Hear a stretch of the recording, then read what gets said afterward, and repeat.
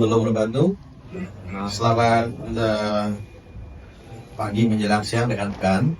Hari ini saya melakukan koordinasi dengan Satgas MBG Polri dan juga tadi berkomunikasi dengan Bareskrim dan kemudian Pak Direktur Pidana Umum berkaitan dengan banyaknya laporan pada beberapa daerah yang para korban tersebut merupakan korban penipuan dari pihak-pihak yang mengaku orang dekat dengan pejabat BGN atau bahkan mungkin mengaku sebagai pejabat BGN, sebagai kenalannya pejabat BGN, dan menawarkan jasa untuk mendaftarkan titik SPPG, tentu saja dengan permintaan uang.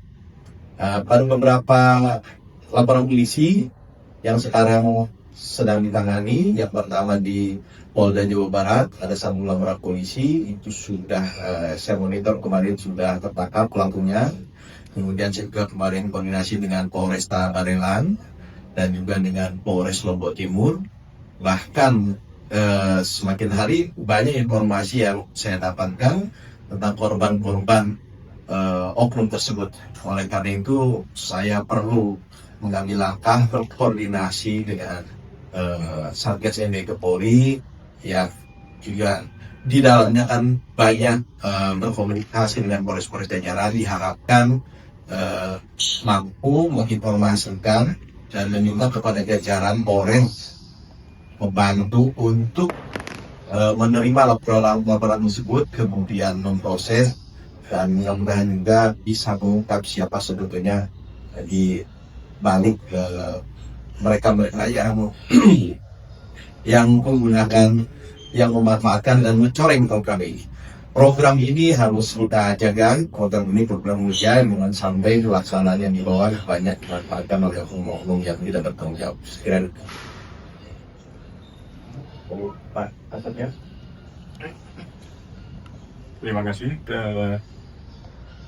Saya selaku Kasatgas MBG dalam ini mendampingi Pak Wakapik ini melaksanakan koordinasi dengan Bareskrim Polri terkait dengan adanya dugaan jual beli titik pembangunan SPPG. Nah, tentunya Satgas MBG dalam ini mewakili Polri mendukung penuh dalam rangka pendekatan hukum bagi pihak-pihak yang menyalahgunakan program MBG ini, mengambil keuntungan dengan cara-cara yang menyimpang untuk melanggar hukum. Tadi sudah disampaikan oleh Pak Sony bahwa sudah ada beberapa laporan pengaduan yang sudah ditangani di beberapa polda. Tentunya ini mari sama-sama program pemerintah, khususnya program makan bergizi gratis ini menjadi program prioritas Bapak Presiden.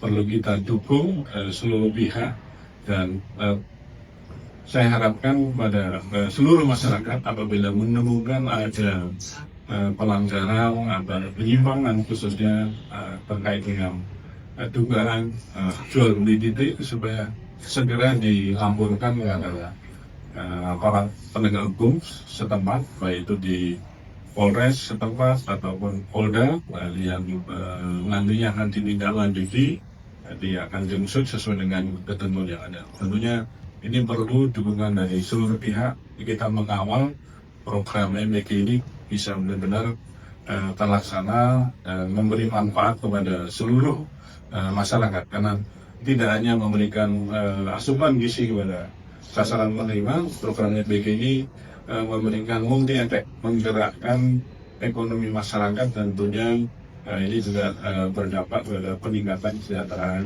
masyarakat. Saya kira itu dari penjelasan kami.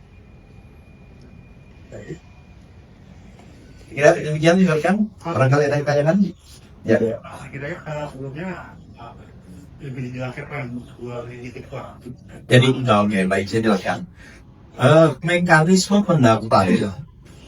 Mekanisme pendaftaran untuk mendapatkan atau untuk ikut dalam program MBG ini dilakukan oleh yayasan. melalui portal mitra.bgn.id. Di sana diverifikasi tahapan-tahapannya. Yang pertama diverifikasi identitas yayasan lengkap, termasuk nomor AHU-nya, NPWP-nya, NIB-nya. Setelah itu, setelah terverifikasi, baru kemudian mereka mengisi data-data lokasi yang diajukan.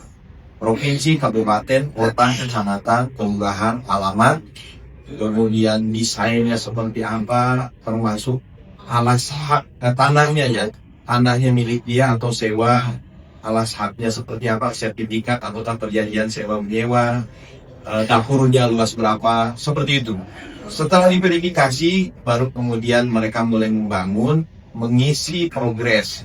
Sudah membangun tembok, misalkan 10%, sudah mengisi peralatan dapur 20%, terus seperti itu.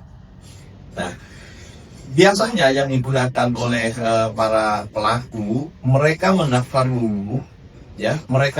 dulu, kemudian setelah mendapatkan ID SPPG, setelah mendapat tahap pertama, dia sebenarnya tidak membantu, tetapi dia menawarkan diri seolah-olah dia pejabat BGN atau mempunyai relasi dengan BGN, mengatakan saya bisa membantu kamu, kemudian mengurus mendapatkan ini. Nah, terjadilah di situ transaksi. Ada juga modus yang kedua, ini yang juga sudah mulai dilaporkan. Ada sebuah kelompok mengatasnamakan yayasan mampu menampung beberapa permohonan didik.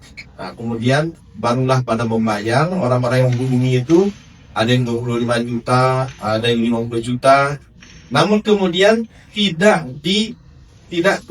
kunjung mendapatkan ID SPPG karena dia bukan orang yang mendaftarkan. Nah, dia hanya mengaku. Kemudian ada juga yang modelnya seperti LSM, membentuk sebuah perusahaan, sama juga menjanjikan kepada orang-orang untuk mendapatkan titik-titik. Nah, ini BGN sekali lagi tidak pernah bekerja sama dengan organisasi, dengan kelompok perusahaan manapun untuk pendaftaran titik-titik SPPG. Murni yayasan yang mendaftarkan. Kira ini ya. Pak, Yang di Polda Jawa Barat itu 1,9 miliar. ada berapa korban, Pak? Di Jawa Barat yang baru lapor itu 1 orang. Kemudian di Lombok Timur ada 1 orang. Kemudian ini saya mendengar hari ini akan ada datang juga korban 20 orang. 20 orang yang ditipu oleh sebuah yayasan. Itu ke BGN. Kami akan pelajari dulu, baru kemudian kami arahkan untuk melapor ke Polres untuk umum. Pak, kalau yang di Batang, Kenapa?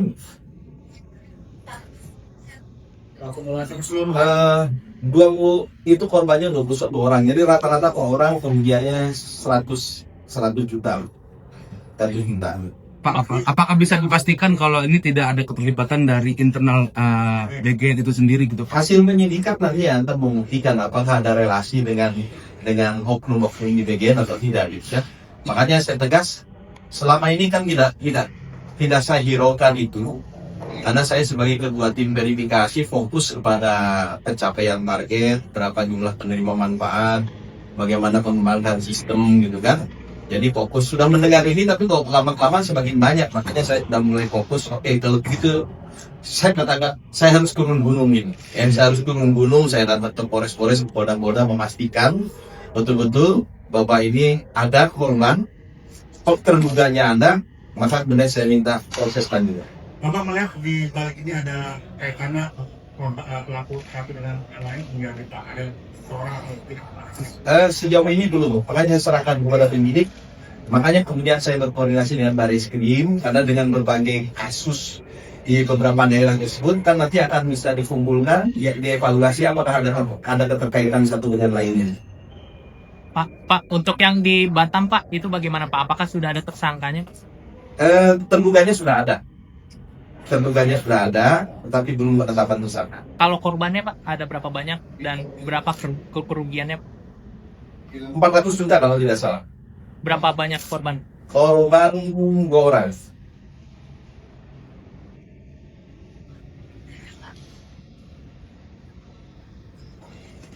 Ya, ya itu tadi yang saya katakan, hasil penyidikan nanti yang faktanya akan mengungkap apakah ada korelasi, apakah ada relasi dengan orang yang menjadikan. Tapi saya yakin, saya yakin sementara ini saya katakan tidak ada. Sampai nanti ada fakta dan bukti yang menunjukkan ada. Tadi harganya berapa Pak satu SPPG Pak? Satu titik yang jual beli. Kalau normal kan sesuai pembangunan, misalkan bangunan gedung itu sekitar 1,2 miliar, peralatan, alat masak, pendamping, instalasi gas dan lain-lain. Diperkirakan sampai 1,5 sampai 2 miliar. Bahkan ada yang lebih dari 2 miliar untuk satu SPPG ya. Ini karena udah larang ada di beberapa daerah, nantinya akan diakomodir langsung penyidikan sama Barreskrim atau nantinya ada asistensi. Saya itu Barreskrim ya, cuma saya hari ini berkoordinasi saja. Kebetulan di Barreskrim juga ada laporan polisi yang unik juga itu seperti MLM tentunya. Tapi kaitannya dengan pendaftaran titik MBD.